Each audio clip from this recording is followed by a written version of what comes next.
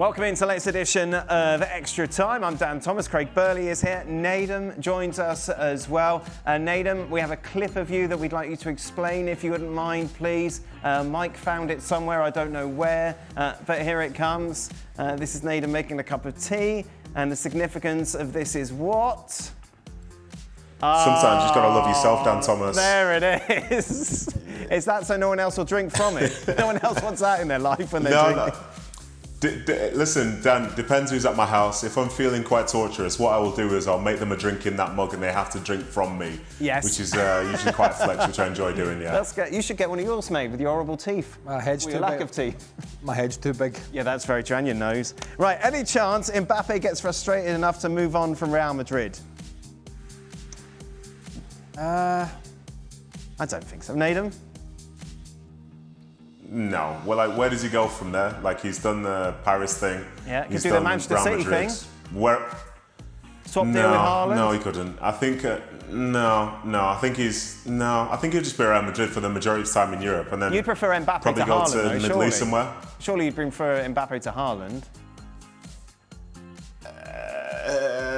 To be fair, I'm trying to decide who I think works harder. No, I'm happy with Haaland. He's got the history. I'll keep him. What happens in these situations? Because I've been in it. What's Not that? really, What are you talking about? When you want to leave Real Madrid? Listen, all that, he won't want to go. I'm sure, maybe he does want to go to the Premier League at some point, but when you're at Real Madrid and Barcelona, why do you want to go to the Premier League? As if it's some sort of holy grail. Still got to go to Burley away and all those grounds. You know yourself, what will happen here if fortunes don't turn is that the president will pull him upstairs, promise him a king's ransom, tell him he's sacking this, that, and the next thing, and he's going to go and bring in this player, that player, and that player. So they'll just promise him that they're going to go and build everything around him just to make him happy. Who would you have if you're building a team tomorrow? Mbappe or Haaland? If I was for the long term, I would have Mbappe at the moment. Yeah. Should Manchester United sell Bruno and go for Villa's Rodgers or Chelsea's homesick Cole Palmer? Or should they take a punt on Olmo, even though the likes of Wirtz is having a difficulty adapting to the intensity and fast pace in England? That's a lot of different let's address questions. a couple of things. Rodgers is a really good player, obviously. Yes. Possibly going to start for England if it continues. Mm-hmm. And that's another talking point. Palmer isn't. He might be homesick for Manchester. I don't know, but he isn't.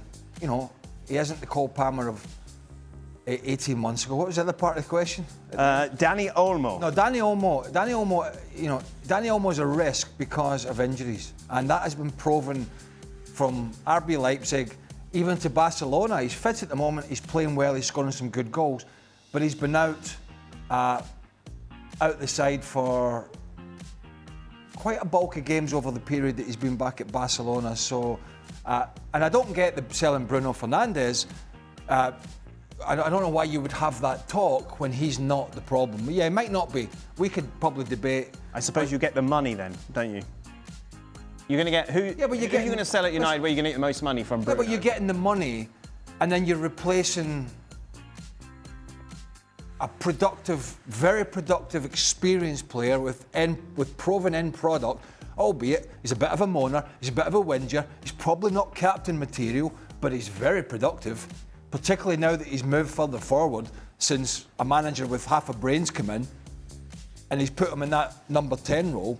Why would you sell that to have to go and buy a player that may or may not be as productive? The Fernandes thing, unless you could sell him for the craziest amount of money that you were going to be able to go and get 3 players. But if you saw the rumours yesterday about what Palace were offering Wolves for Strand Larsen. Yeah. 45 million? 45 million plus a 5 million add-on. Yeah. That tells you that even if you got 100 million for a player now, that 100 million's gone unless you can find a free transfer. Because when players, he's an international, but he's not ahead of Haaland, he's not ahead of Sorloth, and he doesn't always start at Wolves. I think he's got 1 goal in 21 games. 50 million. So you can't replace these players. Almost as much as Nedum got when he moved to QPR.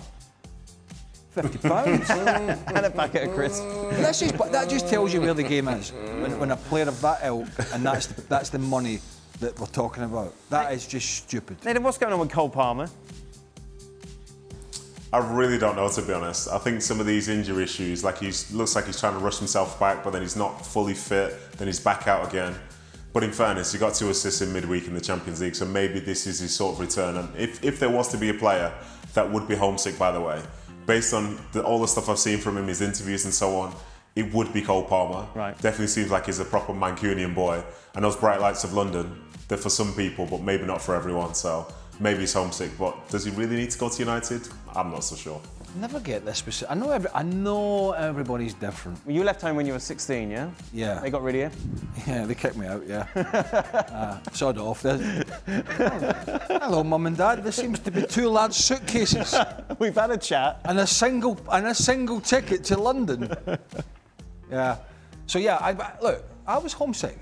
Anybody, but I was homesick for a 6-month period or 9 months, and I was 16 years old, and there was no cell phones or anything then. And I get everybody's different, but I don't. And Nedum's travelled around. Of course he has, up and down the country, abroad, and sometimes you gravitate back to Manchester or wherever it is. Sometimes you don't. But I just don't understand.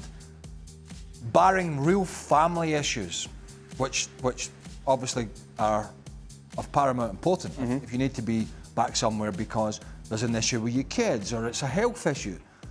But if it's a work issue, I think you just have to deal with that because it's a very short career. And I get it, everybody is built differently. But, I remember Sean Maloney when he left Celtic and he went to Aston Villa. He's now coaching. He was homesick for Glasgow. I was like, really? There's 6 Fly-B flights a day for $100 and it takes 40 minutes. I thought you meant really he missed Scotland. Who misses Scotland? Well, who misses Manchester? Yeah, I know. I mean, come on, I lived in London and Nedum lived in London. I lived in Hertfordshire. It's beautiful out there. So I don't, unless there is some draw, I think when you're a player in a very shortish career, I think you should be putting up with stuff like that and broadening your horizon for a 10 or 15-year period. Come on. What's next for Raheem Sterling, Nedum? That is a great question. I think he is a player that, in the grand scheme of things, isn't really that old. He's been priced out of the market for so many different places in the last couple of seasons. And, I was hoping in some ways that move to Arsenal last year would be the type of thing that would not necessarily kickstart his career as such, but just give him some of that joy again of playing week in, week out, scoring goals. But I don't know, it just didn't work out there either. So now that it's not worked out at the last 2 clubs he's been at, the market becomes smaller and smaller and smaller. And I think Craig will probably say this as well. There's a point where you as a player, the difference between how you value yourself and how others value you, as soon as it becomes too wide, you find yourselves in some awkward situations. And maybe that's where Raheem is right now. In regards to whatever football he can produce, I don't think many people are going to be seeing any real leverage from him. And I think they carry it all now, and he's probably going to end up somewhere where, we probably never thought we'd see Raheem Sterling in his early 30s. But, if he can accept that, and somebody can put together a package, because it's a risk, right? Mm-hmm. He's now at that stage where, he was at Liverpool, he was at City, he was productive. His numbers actually at Chelsea are not as bad, particularly early on. They're up there with quite a lot of the current players. But obviously at the end, it's been a drop-off from him. And when you get to that stage, you're now a risk for the bigger boys. So if you want him go and play where you still think potentially you can, if a club can put together a package which is just purely incentivised, then it's a no-brainer. And I'm not saying this, but if I'm not suggesting it's Tottenham or Newcastle or anybody, all right? But if I'm a player who needs somebody for 6 months or 10 months, but I don't want to throw the kitchen sink at it, and I can put a package together where if the player does well, then we do well, and he gets remunerated, then everyone's a winner. Mm. But if you give him 50, 100 grand a week, up front and he comes in and it's kind of how it's been, then that's a risk. And I don't see a club taking that with Raheem Sterling unless he's willing to accept that it might be, and I don't know what the figures are these days, but back in the day it would have been, $3 or $4 grand a week up front, and maybe double that if you played well. Put some zeros on the end now. Yeah, you can't even quadruple it. I've not even got a word for it. But it's all relative, Yeah. If you're on a certain wage and your playing bonus, if you play every game, if you play 4 games a month and you're on double your wages to play, then you're making your money up. And if you don't play, you don't get that money. So it's very... But does he need the money? He's so rich. He's earned so much money over the time. Or is it... Well, I don't know many people that go out and play for free. Okay. I just don't. I mean, I've not yet heard of a professional footballer. No, but when you're talking about demands and packages, does there come a point where you just, for the love of the game, just for playing? Well, yeah. I mean, I suppose there is for some, but it's still not coming at the number is still not 0. No. I mean, you love this show. Yes. Yes, I But do. Yes, I do. Yes, I do. Yeah, you did. Yes, I do. He said he would. Yes, I do. Yeah. I heard you say 0.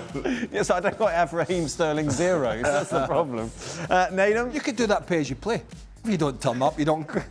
You play. You say, phone the boss, say, I don't need the money, I'm not coming in today. Have Stevie's. Nedum, City still in 4 competitions. Any chance they can win the quadruple? What Absolutely not going to happen whatsoever. No. It's no. So how many are you having? No. Carabao Cup, maybe? Next question. Carabao Cup. What? You'll face Arsenal in the Carabao final? Cup. Well, you never know. Could be Chelsea. In fairness, can't rule out Newcastle. But if City get there, I fancy their chances. In the league, we need Arsenal to. We need to see Arsenal dropping some more points to see City and Villa have a chance. I'm not 100% sure about that. The FA Cup next round's against Salford. You would fancy them to win that game? Yes. Like last year? Yeah. And then Champions League.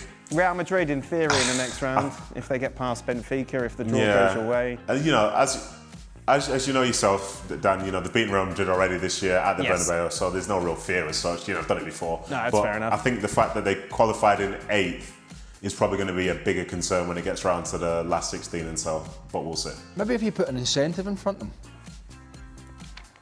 A couple of extra $1,000 a week. A couple of extra $1,000, they'd be like, what the heck is that? Come on, Big Erland, a couple of extra. Yeah. If you could have dinner... Oh, no. What's your thought on Arteta's suggestion that the Premier League match day squad should increase from 20 to 23 to match the Champions League? It's a lot of players. No, let's do celebrities. That's much more fun. No. If you could have dinner with any celebrity, past or present, who would it be? Well, it would have to be sports. Shall I tell you mine? Yeah. Mine, I'm going to cheat because it's one of the guests on here, but with all of his teammates.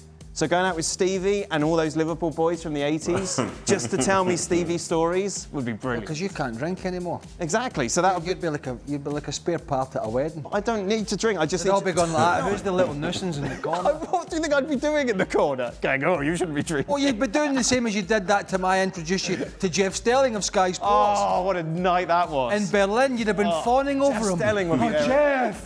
Jeff, it's so great to meet you. Oh, he was like this all night. I was. Absolutely. What a great guy. Help me be a better presenter. That's the one good thing you've brought to my life. Jeff Sterling. Let me tell you, it was the only good thing that happened in Berlin that week. Berlin. Tiger Woods. Tiger Woods? What a night that would be. I don't know. He's not that much fun, is he? How do you know? Well, because you just kind of get the sense that he doesn't bring much to the party. Old school Tiger Woods. Oh, yeah, old school. I would bring a lot Woods. to the party. Yeah, well, to be fair, I'm a bit the same, Nedum, now. Old school me would have been a bit different. Yeah. But once you've gone on, what do you think of... Yeah. Well, I would hope would help my chipping yips. No, I don't think so. Although I had them myself. Right, okay. Well, you could. That's you and Tiger have got a lot in Tiger common. and your chipping's not very good. Yeah. So Tiger Woods, okay. I'm not really big into People. celebrities. I can do without them. Nedum? So, I've met Nelson Mandela, that was incredible. Yep. But in terms of living, I'd probably go for Denzel Washington. But if he's unavailable, Sofia Vergara. Thank you very much. That's all. Who? Oh, man. You don't know who she is? Who? Modern Family? Does that ring a bell? No. No, she's Gloria from Modern Family. No. I don't want to say any more, actually, because my wife might want. That's it. Thanks, Nedum. I don't think Nelson Mandela and Sophia Vergara has ever been mentioned in the same sentence, but we've achieved that now. ESPN FC returns to your screens tomorrow. Barca in action at Liverpool as well.